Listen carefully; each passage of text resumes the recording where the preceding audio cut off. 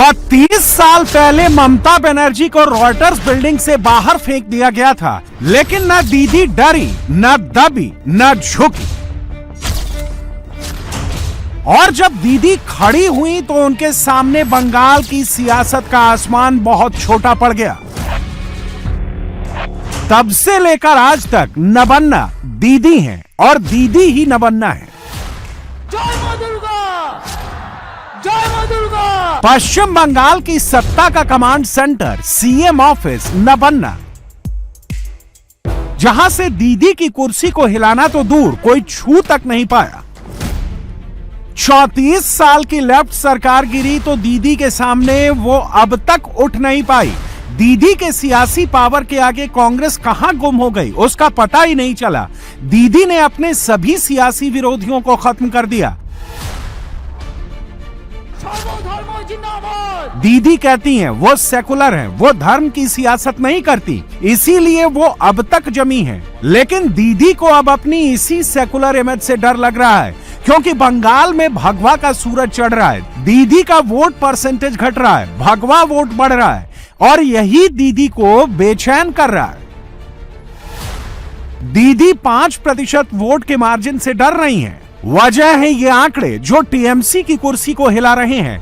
2024 चुनाव में TMC BJP के बीच 7% का वोट गैप था। 2021 में टीएमसी बीजेपी का वोट गैप 10% था। 2021 से 2024 तक 3 साल में ममता बनर्जी का वोट 2% घट गया। 2021 से 2024 तक 3 साल में बीजेपी का वोट 1% बढ़ गया। 2021 में बीजेपी 38% वोट लेकर 77 सीटें जीती थी। 2024 में बीजेपी को 1% ज्यादा यानी 39% वोट के साथ 90 सीटों पर लीड थी। बीजेपी का 1% वोट बढ़ा तो 13 सीट पर बीजेपी आगे निकल गई। 2024 में टीएमसी को 46%, बीजेपी को 39% वोट मिले। कांग्रेस और सीपीआईएम का कुल वोट 11% था। बीजेपी अगर 5% वोट शेयर बढ़ा लेती है तो ममता हार जाएंगी। ममता जानती हैं कि अगर ऐसा हुआ तो 2026 का चुनाव अब तक का उनका सबसे टफ चुनाव हो सकता है, क्योंकि बंगाल में ममता के खिलाफ 15 साल की एंटी इनकम्बेंसी है। ममता सरकार के खिलाफ लॉ एंड ऑर्डर को लेकर मुस्लिम तुष्टीकरण के आरोप लगे हैं और सबसे ज्यादा प्रोटेस्ट पिछले 1 साल में हुए हैं। डेटा भी कह रहे हैं कि ममता का वोट ग्राफ घट रहा है, बीजेपी का बढ़ रहा है। इसीलिए क्या आप दीदी भी बदल रही हैं? जय मां दुर्गा, जय मां दुर्गा। दीदी सियासत की नब्ज को समझ रही हैं। 70% बंगाल के भगवा वोट की ताकत को भी महसूस कर रही हैं। 5% भगवा वोट अगर सरक गया या ये गैप फिर बढ़ गया तो हालात बदल जाएंगे। इसीलिए वो अब हिंदू हिंदू कर रही हैं। दीदी ने कोलकाता में दुर्गा आंगन बनाने का ऐलान किया है। दुर्गा आंगन 2 लाख वर्ग फुट में होगा। गर्भगृह 54 मीटर ऊंचा होगा। दुर्गा आंगन परिसर में 108 प्रतिमाएं और 64 सिंह मूर्तियां होंगी। दक्षिणेश्वर स्काई वॉक बनेगा। काली घाट मंदिर पुनर्विकास, गंगा सागर के कपिल मुनि आश्रम और नए पुल का निर्माण होगा। गंगा सागर मेला पूरी तरह से राज्य सरकार आयोजित करेगी। पुल भी बनवाएगी। 5 जनवरी को इसकी आधारशिला रखेंगी। नवद्वीप को पवित्र नगर घोषित किया है और चैतन्य महाप्रभु की जन्मस्थली मायापुर का उद्धार होगा। सिलीगुड़ी में भी दार्जिलिंग की तर्ज पर महाकाल मंदिर बनाया जाएगा। यह मंदिर उज्जैन के श्री महाकालेश्वर ज्योतिर्लिंग के नाम से ही जाना जाएगा। সব ধর্মকে ভালোবেসে এমন কোন ধর্ম আমায় দেখাতে পারবেন না যার প্রোগ্রামে আমি যাই না। যখন আমি গুরুদ্বারায় যাই আমায় মাথা ঢেকে যেতে হয়। কই তখন তো তোমরা আমাকে কিছু বলো না, তাহলে আমি রোজায় গেলে তোমাদের আপত্তি কেন? এই যে আজকে আমি প্রোগ্রামে এসেছি, আমি চাদরটা গায়ে দিয়ে এসেছি কেন জানেন? কারণ মা দুর্গার শিলান্যাস হচ্ছে। এটা আমাদের ধর্ম শিক্ষা যে কেউ আমরা হিন্দুরা মেয়েরা দেখবেন যখন পুজো হয় মাথায় কাপড় দেয় বউরা, গাটা ঢেকে নেয়। কারণ হচ্ছে এটা ওদের কালচার। সব ধর্মেই কোনো না কোনো কালচার আছে। সেই কালচারটা আমি যদি বলি মানবো না, হয় কখনো? এবং দুগাড়ের সহ অনেকে এসছেন। মহাকাল মন্দিরের শিলান্যাস হবে। জমি কিন্তু আমি দেখে নিয়েছি, রেডি করে দিয়েছি। পুজোর দিনও আমি মনে মনে ঠিক করে নিয়েছি। ममता बनर्जी इससे पहले दीघा में एक जगन्नाथ मंदिर भी बनवा चुकी हैं। वो बात अलग है कि 30% कोर मुस्लिम वोट का भी सवाल है, इसलिए खुलकर बोलने से हिचक रही हैं। मंदिर और मस्जिद दोनों की राजनीति कौन कर रहा है?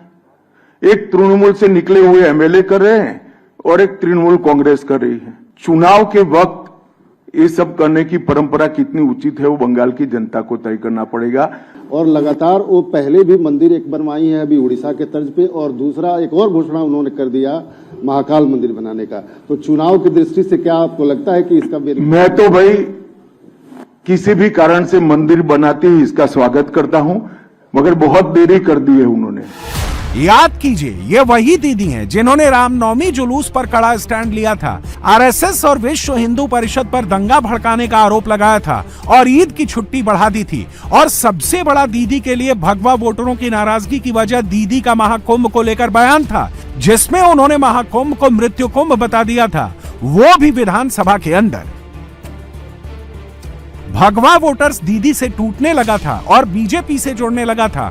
अब अगर दीदी को हिंदू याद आ रहे हैं तो वजह सिर्फ यही है कि 5% भगवा वोट का गैप। लेकिन दीदी मास्टर कार्ड खेलने में माहिर हैं और दीदी का ये भगवा मॉडल बीजेपी के लिए भी चुनौती से कम नहीं है, क्योंकि अगर ये कार्ड चल गया तो दीदी का ये नया अवतार बीजेपी के 2026 के सपनों को चूर चूर कर सकता है।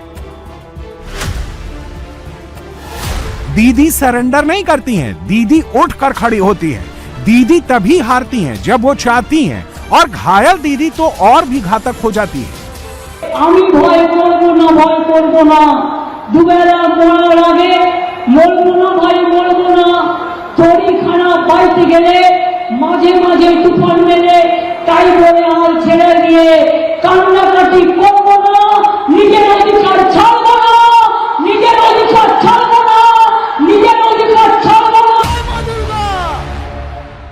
खुद को जिंदा बाघिन दीदी ऐसे ही नहीं कहती। 16 अगस्त 1990 साउथ कोलकाता के हाजरा में लेफ्ट के वर्कर ने ममता पर जानलेवा हमला किया था। लाठी, आयरन रॉड और चेन से ममता पर अटैक हुआ। ममता तब 3 लोगों के पुलिस शूटिंग में मारे जाने के खिलाफ सड़क पर प्रोटेस्ट के लिए उतरी थी।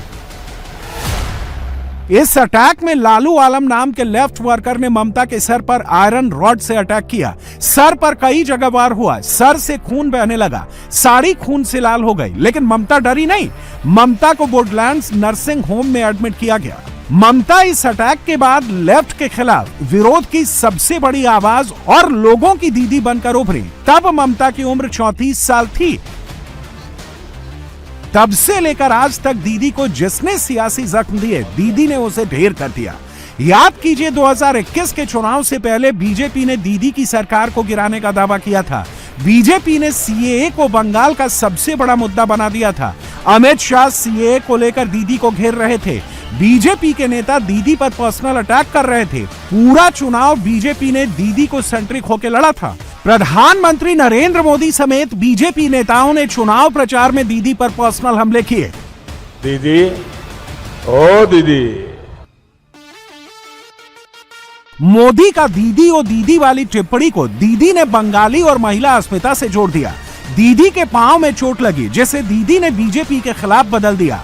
जगह जगह दीदी व्हील चेयर पर सभाएं करने लगी, जिसका नतीजा ये हुआ कि दीदी ने बंगाल में पूरा एंटी बीजेपी माहौल खड़ा कर दिया। खामियाजा बीजेपी को उठाना पड़ा। वो बात अलग है कि नंदीग्राम में दीदी खुद शुभेंदु से चुनाव हार गए। बीजेपी के लिए दीदी एक टफ चैलेंज है, क्योंकि दीदी बीजेपी के हर हमले को अपने दांव से डिफ्यूज करती आई हैं। बीजेपी का आरोप है कि दीदी केंद्र की योजनाओं को बंगाल में लागू नहीं करती, लेकिन बीजेपी के इस आरोप को दीदी अपनी योजनाओं से जवाब दे देती हैं। लक्ष्मी भंडार योजना, कन्याश्री, इमामों, मौलवी, मौलाना की तनख्वाह बढ़ा देती हैं, तो दुर्गा पूजा की राशि को बढ़ा देती हैं। बीजेपी को महिला वोटर्स पर भरोसा है, हिंदू वोटर्स पर विश्वास है, लेकिन दीदी के पास बीजेपी के हर सवाल का जवाब मौजूद रहता है। दीदी मुस्लिम वोटर्स को भी खुश करने में पीछे नहीं हटती, लेकिन 2026 दीदी के लिए आसान नहीं है। सबसे बड़ा मुद्दा एसआईआर है और बांग्लादेशी घुसपैठियां हैं, जिसे बीजेपी दीदी के खिलाफ इस्तेमाल कर रही है। एक ऐसी मजबूत राष्ट्रीय ग्रिड बनाएंगे जो बंगाल से घुसपैठ को समाप्त कर देंगी। इंसान छोड़ दीजिए, परिंदा भी पैर नहीं मार पाए, इस प्रकार की एक मजबूत ग्रिड की रचना हम करेंगे और न केवल घुसपैठ रोकेंगे, सारे घुसपैठियों को चुन चुन कर भारत के बाहर निकालने का काम भी भारतीय जनता पार्टी की बंगाल सरकार करेगी। ताजा आंकड़ों के मुताबिक बंगाल में वोटर लिस्ट से 58 लाख नाम कट गए हैं। फाइनल लिस्ट बनने तक अभी और ज्यादा नाम कट सकते हैं। बंगाल में कुल 294 विधानसभा सीट है। औसतन एक विधानसभा सीट पर 19,728 नाम कट गए हैं। 2024 में बीजेपी को 90 सीटों पर लीड थी। 2024 में 50 सीटों पर टीएमसी को 10,000 की लीड थी। 40 सीट पर टीएमसी को 10 से 20,000 वोटों की लीड थी। बीजेपी 2021 में 77 सीट जीती थी। 2024 के चुनाव में 77 में से 62 पर लीड बरकरार थी। बंगाल में बहुमत के लिए 143 सीट चाहिए। 2024 के हिसाब से बीजेपी को सरकार में आने के लिए 50 से 60 सीट चाहिए। क्लोज फाइट हुई तो वोटों का कटना नतीजे बदल सकता है। सामने रेखे সে হচ্ছে বিজেপির বড় দলাল। আপনার পরিবারের ওই ডিএমও থাকবে না আর আপনার পরিবারের এসপিও থাকবে না। নিজের পরিবার গোছানোর জন্য বিজেপির দালালি। আজকে বাংলায় যদি ইলেকশন বাউন্ড স্টেটে ইলেকশন হয়, এসআইআর হয়, তাহলে আসামে কেন হবে না? মণিপুরে কেন হবে না? বাংলাদেশ তার বর্ডার তো আসাম, মণিপুর তো রোহিঙ্গার border, Nagaland border, Meghalaya border, Mizoram border. কোন ন্যায্য ভোটারকে কেউ কোনোদিনও তাড়াতে পারবে না। ডিটেনশন ক্যাম্প হবে না, হবে না, হবে না।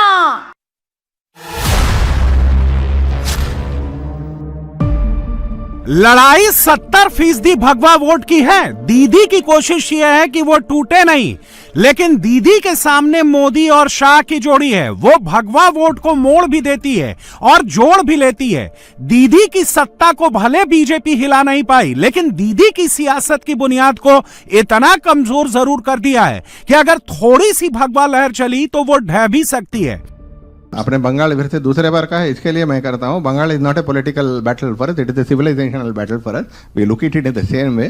To save India we have to win Bengal, not to, that will not be our 19th or 20th state. To save India from a big demographic challenge, we want to win Bengal and we will win it done because of your blessing. BJP Mamata की पहली लड़ाई 2011 विधानसभा चुनाव। बंगाल में ममता की लहर थी।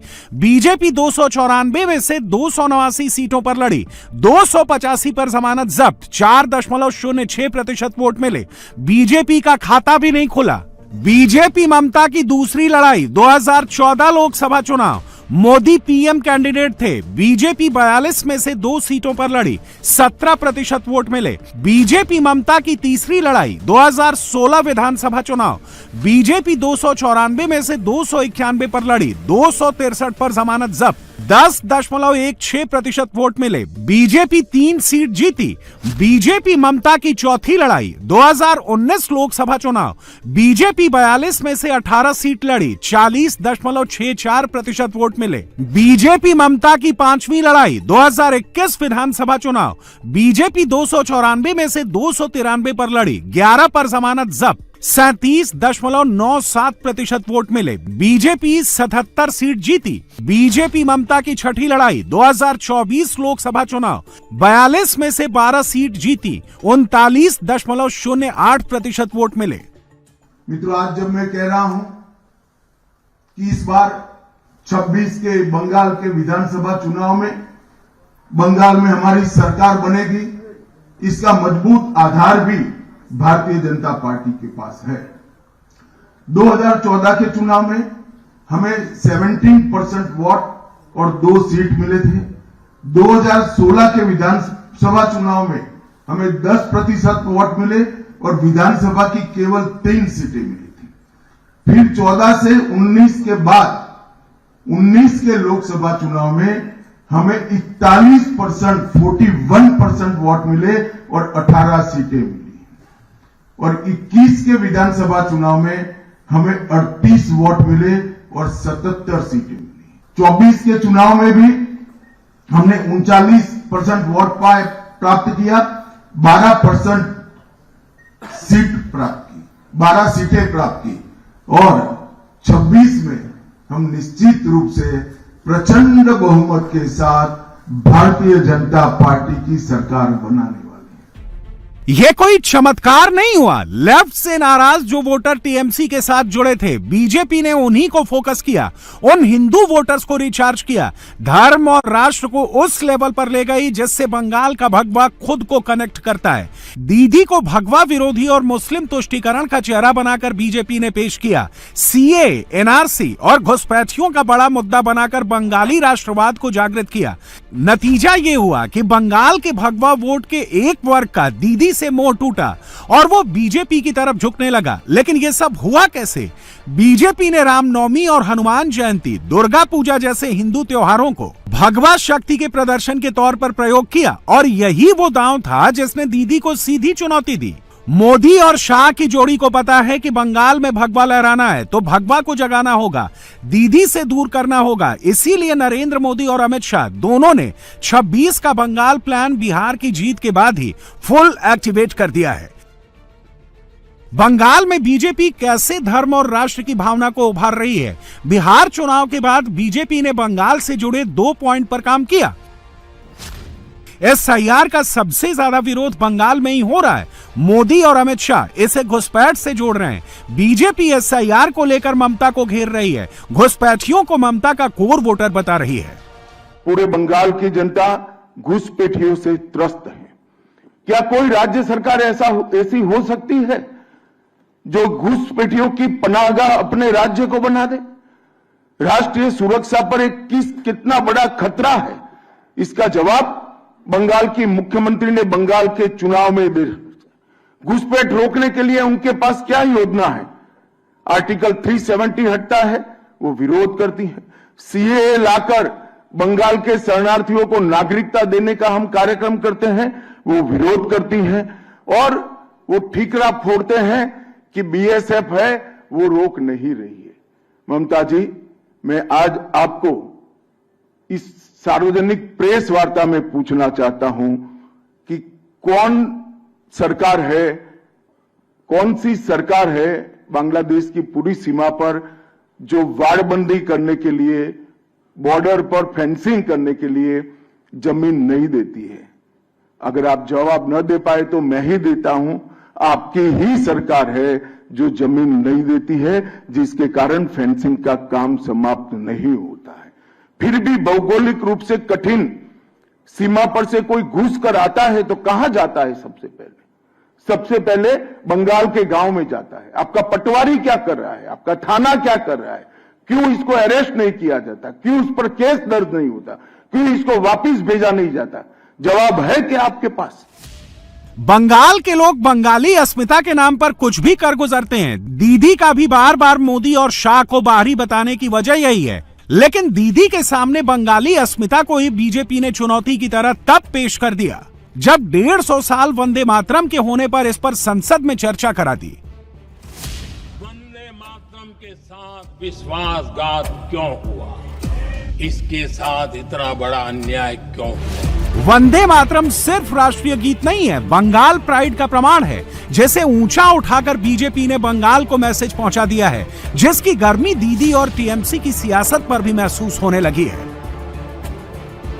2026 का चुनाव बीजेपी के लिए उस तरह है जो अभी नहीं तो कभी नहीं, लेकिन ये तभी होगा जब बीजेपी 70% हिंदुओं के एक बड़े वोट को अपनी ओर खींच पाएगी।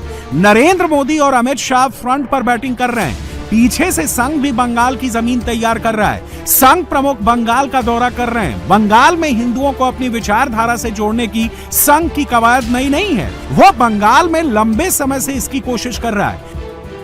आंकड़े बताते हैं कि बीते 2 साल में संघ ने बंगाल में अपना दायरा तेजी से बढ़ाया है। 2023 में बंगाल में संघ की कुल 3,560 शाखाएं थी, जो 2025 में 4,540 हो गई। अब हिंदू ऐसा है, हिंदू की शक्ति जागृत हो रही है और निश्चित रूप से होगी, तो हिंदू अपना काम अपने बलबूते कर लेगा। जो आएंगे उनको साथ लेगा, नहीं आएंगे उनको छोड़ देगा। तो इस देश के बारे में कि भाई हम राष्ट्र, संस्कृति, देश के नाते एक ही है। पूजा अलग अलग सबकी है, आपकी भी अलग है, विदेश से आई। इस देश का बनने के लिए ये सारी बातें छोड़नी नहीं पड़ती, बदलनी नहीं पड़ती। केवल अपना अहंकार छोड़ना पड़ता है, वर्चस्ववाद छोड़ना पड़ता है। दुनिया में भी, क्योंकि भारत बड़ा हो रहा है, भारत बड़ा होना है, इसका मतलब हिंदू बड़ा होगा। क्योंकि भारत, हिंदुस्तान, सनातन धर्म, ये सब समानार्थी है। और धर्म का उत्थान हो, ये भगवान की इच्छा है। इसलिए हिंदुस्तान का उत्थान, भारत का उत्थान अवश्यंभावी है। ये बात तो तय है कि दीदी को हराना आसान नहीं है, लेकिन यह सच है कि दीदी को हराना नामुमकिन भी नहीं है, जो पिछले चुनाव के आंकड़ों में साबित हो चुका है। बीजेपी 70% वोटर्स को चार्ज करने के लिए कुछ खुलकर कर रही है और कुछ दांव पीछे से चल रही है, जिसमें एक सबसे बड़ा चेहरा बाबा बागेश्वर हैं। बंगाल की सियासत में उस वक्त भगवा लहर में उफान आ गया जब बाबा बागेश्वर कोलकाता के ब्रिगेड परेड ग्राउंड में अपना दिव्य दरबार लगाकर गीता पाठ का आयोजन किया। इस कार्यक्रम में 5 लाख से ज्यादा हिंदू आए थे। लगभग 5 लाख लोगों ने एक साथ गीता का पाठ किया, जिसमें उन्होंने सनातन धर्म की शक्ति और भगवाए हिंद के संकल्प को दोहराया। और कोलकाता के वासियों को और भारतवासियों को बहुत बहुत साधुवाद दे रहे हैं। सनातन एकता ही इस देश का और विश्व का, विश्व शांति का सबसे बड़ा माध्यम है।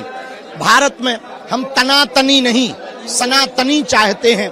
भारत में हम गजवाए हिंद नहीं, भगवाए हिंद चाहते हैं। गीता एकमात्र ऐसा ग्रंथ है जिसके माध्यम से पूरे विश्व में सामाजिक समरसता, एकता और एकत्व का भाव जागृत किया जा सकता है। गीता ग्रंथ महान है, गीता का ज्ञान महान है, गीता भारत की शान है और गीता ही भारत का स्वाभिमान है। जिस घर में गीता जी हैं, वह घर भी देवालय से कम नहीं है, जिसके जीवन में गीता। इसलिए पढ़ो गीता, जियो गीता और जीवन को बहुत प्रसन्नतामय रखो। आने वाले दिनों में दीदी के लिए मोदी शाह की जोड़ी से टक्कर लेना आसान नहीं होगा, क्योंकि नरेंद्र मोदी बंगाल के लिए पूरी ताकत झोंक देंगे, केंद्र का खजाना खोल देंगे, तो शाह भगवा वोट को चार्ज करने के लिए कोई कसर नहीं छोड़ेंगे। क्योंकि दीदी की मुश्किल सिर्फ बीजेपी नहीं है, दीदी की नई चुनौती बंगाल में बाबरी का जिंदा होना भी है, जिसे उन्हीं की पार्टी से निकाले गए हुमायूं कबीर ने जिंदा कर दिया है, जिससे 30% मुस्लिम वोट के बंटने का खतरा भी बढ़ गया है, जिसे दीदी अपना कोर वोटर मानती रही हैं।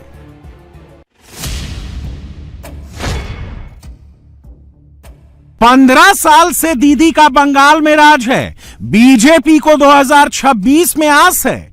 बीजेपी को लग रहा है कि इस बार 30% मुस्लिम वोट बटेगा तो दीदी का वोट परसेंटेज घटेगा। उसकी वजह है, जिनका नाम SIR में नहीं मिल रहा है वो घर को छोड़ चुके हैं। वो ज्यादातर मुसलमान हैं, जिन्हें बीजेपी ममता का वोटर कहती रहती है। और दूसरा, दीदी का सबसे बड़ा संकट बाबर और बाबरी बनकर आया है, जैसे दीदी के ही मुस्लिम नेता हुमायूं कबीर ने 6 दिसंबर को जिंदा कर दिया। हुमायूं कबीर ने 6 दिसंबर को बाबरी मस्जिद की मुर्शिदाबाद में नींव रख दी और जैसे ही हुमायूं कबीर ने ऐलान किया, दीदी फंस गए। एक तरफ 70% भगवा वोट की नाराजगी का खतरा था, लिहाजा दीदी ने हुमायूं कबीर को पार्टी से सस्पेंड कर दिया। लेकिन मुश्किल तब बढ़ गई जब 22 दिसंबर को हुमायूं कबीर ने जनता उन्नयन नाम की पार्टी बनाकर दीदी की 30% मुस्लिम वोट पर अपना दावा ठोक दिया। क्या दिक्कत क्या है, तकलीफ क्या है? कोई हिंदू का नेता बनेगी, बन सकतेगी। इतना दिन से आजादी हुआ देश का, बंगाल का इतना दिन हिंदू लोग की चीफ मिनिस्टर बना, सब कुछ उन लोग की चलेगा। 37-38% मुसलमान आबादी कहाँ जाएगी? इनको तो 26 का वोट चुनाव में मैं अच्छा रिजल्ट लेके आने वाला है। अरे पार्टी तो होगा ही, पार्टी को बाद वो हिंदू लोगों को लिए बोलेंगे, मैं मुसलमान के लिए बोलूंगी। क्या निर्णय होगी वो बाद में सोचेंगे। मोटा मोटा बंगाल की सरकार का फैसला बॉर्डर के 9 जिले करते हैं। कहा जाता है कि बांग्लादेश बॉर्डर से सटे 9 जिले जो ट्रेंड सेट करते हैं और इसमें ज्यादातर मुस्लिम आबादी वाले जिले हैं। पूरा बंगाल इसी ट्रेंड को फॉलो करता है। पश्चिम बंगाल और बांग्लादेश बॉर्डर के 9 जिलों में मालदा, मुर्शिदाबाद, उत्तर 24 परगना, दक्षिण 24 परगना, जलपाईगुड़ी, कूच बिहार, नदिया, उत्तर दिनाजपुर, दक्षिण दिनाजपुर जिले आते हैं। इन 9 जिलों में 146 विधानसभा सीटें हैं। 2024 के चुनावों की बात करें तो यहां टीएमसी का स्ट्राइक रेट 67% रहा है और बीजेपी का सिर्फ 29%, जिसका नतीजा ये हुआ कि दीदी की फुल मेजॉरिटी में सरकार बन गई। इस बार भी सबसे ज्यादा पॉलिटिकल टेम्परेचर इसी इलाके में गर्म है। कहा यही जा रहा है कि जिस तरफ बॉर्डर के 9 जिलों का धर्म कांटा मुड़ेगा, 2026 के चुनाव में बंगाल में उसी का सिक्का चलेगा। जिस मुर्शिदाबाद में हुमायूं कबीर ने बाबरी मस्जिद की नींव रखी है, वहां 66% मुसलमान है और 33% हिंदू। जहां बाबर जिंदा हो गया है और मुसलमान मजहब के नाम पर एक हो गया है। 2024 के चुनाव में 22 विधानसभा सीटों में यहां का धर्म कांटा पूरा टीएमसी, कांग्रेस और लेफ्ट की तरफ झुका हुआ था। टीएमसी सबसे ज्यादा 14 सीट पाई थी, कांग्रेस के 4, सीपीएम के 1 और बीजेपी को सिर्फ 3 सीट मिली थी। ये तो मुस्लिम वोट का सैंपल है। बंगाल के मुस्लिम वोटिंग का पैटर्न कहता है कि दीदी के साथ जब मुसलमान रहता है तभी दीदी का सिक्का जमता है। अगर बंगाल में मुस्लिम वोट बटा तो बिना मुस्लिम वोट के ममता चौथी बार सीएम नहीं बन पाएंगी। 2006 विधानसभा चुनाव, ममता को 22% मुस्लिम वोट। 2011 विधानसभा चुनाव, ममता को 35% मुस्लिम वोट तो सीएम बन गए। 2016 विधानसभा चुनाव, ममता को 51% मुस्लिम वोट तो सीएम बन गए। 2019 लोकसभा चुनाव, ममता को 70% मुस्लिम वोट, बम्पर सीटें मिली। 2021 विधानसभा चुनाव, ममता को 75% मुस्लिम वोट, तब फिर सीएम बन गए। 2024 लोकसभा चुनाव, ममता को 73% मुस्लिम वोट, तब ज्यादा सीट पाने में कामयाब हो गए। इसलिए हुमायूं कबीर ने जब बाबरी को जिंदा किया तो टीएमसी की बेचैनी बढ़ गई।